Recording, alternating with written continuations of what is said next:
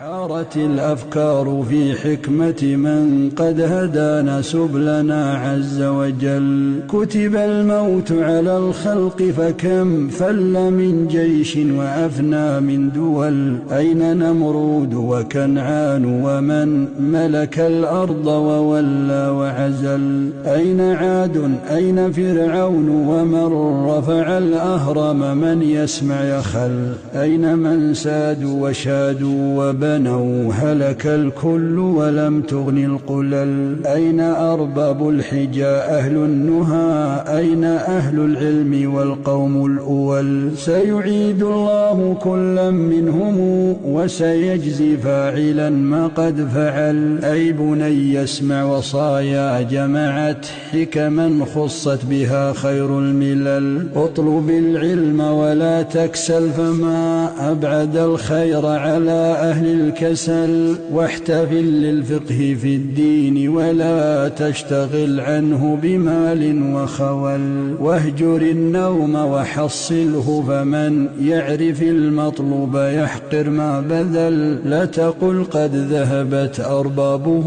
كل من سار على الدرب وصل.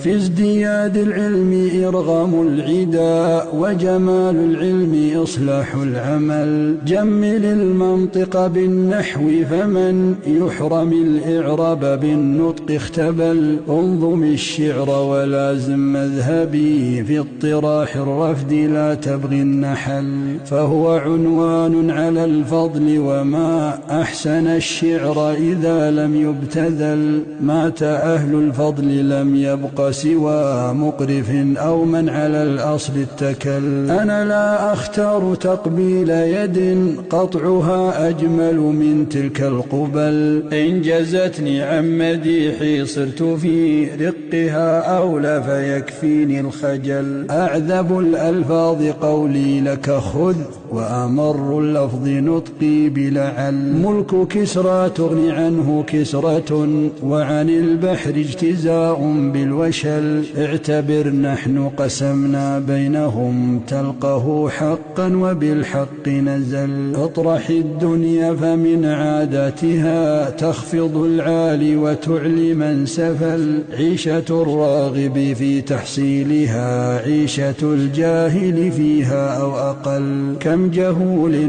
بات فيها مكثرا وعليم بات منها في علل. كم شجاع لم ينل فيها المنى وجبان نال غايات الأمل. فاترك الحيلة فيها واتكل إنما الحيلة في ترك الحيل. لا تقل أصلي وفصلي أبدا إنما أصل الفتى ما قد حصل. قد يسود المرء من دون أب وبحسن السبك قد ينقى الدغل. إنما الورد من الشوك وما ينبت النرجس إلا من بصل. غير أني أحمد الله على نسبي إذ بأبي بكر اتصل. قيمة الإنسان ما يحسنه أكثر الإنسان منه أو أقل. لا تخض في حق سادات مضوا إنهم ليسوا بأهل للزلل. وتغافل عن أمور إنه